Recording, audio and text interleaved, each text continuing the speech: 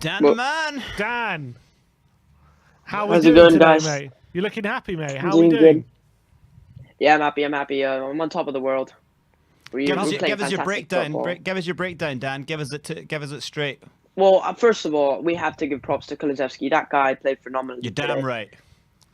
What a performance from him. I was here in my room just screaming at the top of my lungs, give me a ginger from Sweden. And the neighbours no, loving but that. Like, what the hell is that kid going on about? He really likes the country Sweden and ginger people. No, but it's really nice to see that. Not that Son and Kane. It's nice to see Son and Kane not performing well, but it's nice to see even though our two best players didn't have the best games, our team still was able to come out with the result, and it was a very comfortable win as well. Yeah. I keep telling everybody about James Ward-Prowse. Nobody likes to listen to me. They keep calling him this free kick merchant. Listen, guys, he is not a free kick merchant. I wish Tottenham would go in to buy him. Yeah, same. He was one of my top picks as well. Yeah, me too. I really wanted James Ward-Prowse at Spurs. Yeah, people call me the James Ward-Prowse guy, but listen, I wear that badge with pride. But Spurs, we played very well today. Everybody played well. Like Emerson Royale, saying that he played well, like that words coming out of your mouth in the same sentence, it feels weird. But he actually played very well today. And he played credit where it's due. He did, Yeah, there were some crosses that were played. I was like, what? Is that Emerson Royale playing a decent cross? And it was just something where I was just completely shocked. But also our back line was fantastic as well, I think. We defended well. It was just that one goal that we conceded was foolish. But other than that, it was a solid defensive performance as well. I wish that Son and Kane would be more clinical. That's the only bit of criticism I could give the team for this game. Do you think it was that, or do you think it was a case of because Kane in pre-season was just red hot, he was on fire. Son's touch looked a little bit off, but do you think it was a case of like because Son was doing some really nice diagonal dummy runs, and that opened like that big gap for passes to cut them in half. So there was a lot of nice off the ball work, but they just didn't seem to like get as many chances or take their chances or be kind of. What do you think that was down to? Because like they had decent pre-seasons. I honestly have no idea. It's something that's probably maybe it's just gonna take some time for them to adjust into the team. I'm not 100% sure, honestly. Kane, he usually scores. Like when he has that space that we saw him have today, he usually scores from there. And there was some ball. I think Sonny had a worse performance than Kane. Yeah. Even though he got the assist and all, I think Sonny. Like, there were some chances where you really, really expect Sonny to score from there. Like there was the one in the first half where he dribbled past like 3 defenders and he had an open goal and he skied it to the south stand. Yeah. So there was a few moments where you're like, that doesn't look like Sonny. And would you say that they played bad, or that they just didn't play like they're incredible good? You know, the levels that we're used to from them. Yeah, I think it's that they didn't play the levels that we're used to from them.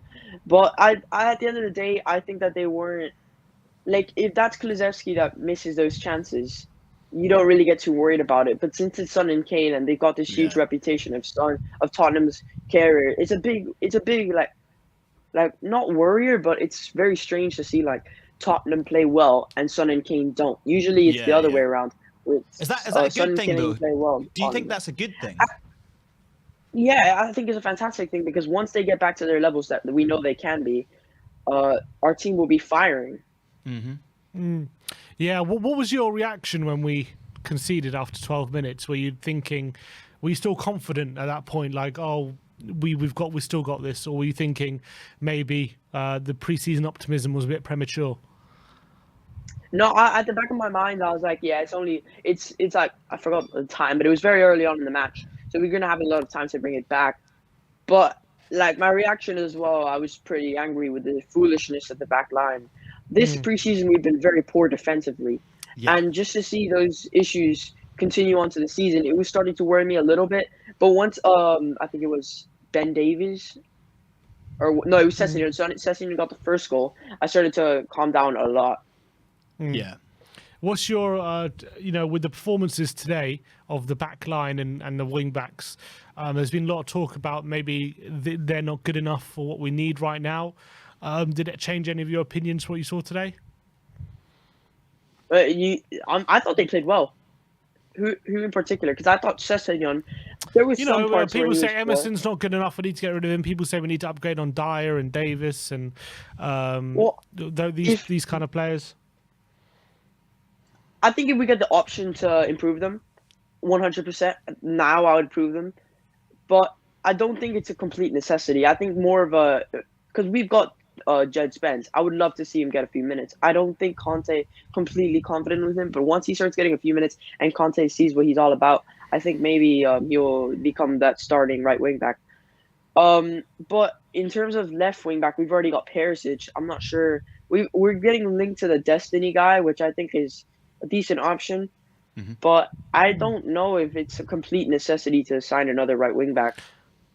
Yeah. Maybe a center back would be more important. I honestly think that one of the most important keeper positions that you need to start looking at will be a goalkeeper, because Hugo Lloris is starting to worry me. Today he didn't have too much errors, but throughout the preseason and throughout the end of last season, he was making a lot of errors. That's a position we should start looking at. But in terms of right now, I'm not sure the right wing back is a huge issue that we need to start fixing at the moment. Interesting. Who was your man of the match then? Who impressed you the most? It has to be Kulusevski. Mm-hmm. There's not. He had to be. Kulusevski was just on a different level today. Yeah. He's so good. Like, we finally found the right winger that's able to match the levels of Son and Kane. Yeah. And the thing about him is he's so unpredictable to defend, because he can literally cut in and shoot, and he could also go down the wing and cross the ball. So he's one of those players that you literally hate to defend. And I'm literally so ecstatic for this season. He's such a great player, and I'm so excited that we have him. And by the way, I just want to say this one thing. Bentancur, I'm not sure what it is with this guy, but when he's in the final third, I don't know why, but he can literally have the whole goal to himself, and you'll always look for a pass. Mm-hmm. Yeah, I know. Don't know what he's starting to he wants really that frustrate assist. me. He like, it's a weird thing. It's like he wants that assist. He doesn't. He isn't like known for his shooting, or he's like not really. But he doesn't the have guy. a bad shot. He doesn't That's have a the bad thing. shot. That's Yeah, the but I thing. think he he has just more confidence in himself. Yeah, I think he gets loads of pride for being that link player. You know, like, but today, like, genuinely take him out, and I don't think we looked like the same team. Like, he was involved in almost everything that happened, winning the ball back, winning the ball, and then turning and then getting like every move starting off. Like, he was my second best player. I hear you and all that. Like, it's just a thing where I hear the you, back but of you're wrong. no, like the back of the pitch, like before the final third, he's a phenomenal player. As soon as he steps into the final third, he loses his head. I don't know what it is, but he never goes, like, he could be straight on. I remember the Norwich game. Yeah, we scored and all, but he should be going for that shot. He should, if Kulusevski misses the assist that he gave after to he had that Kulu, open goal. I think that's a nice thing. But I do know what you're saying. What you're saying is that, and I kind of agree that it's amazing to have a player like him, and it's amazing to have Basuma, and I think Basuma could actually become what I'm about to say. But I still think you needed that, like, in the window, that player who's just who will pick up the ball and like what Perisic is. If you give Perisic area around the box, he'll shoot. Like, he's a goal scorer, you know. So, like, a midfielder who's a goal scorer who wants to get the ball hitting the back of the net, and Basuma is kind of like that if he gets used in that way, you know.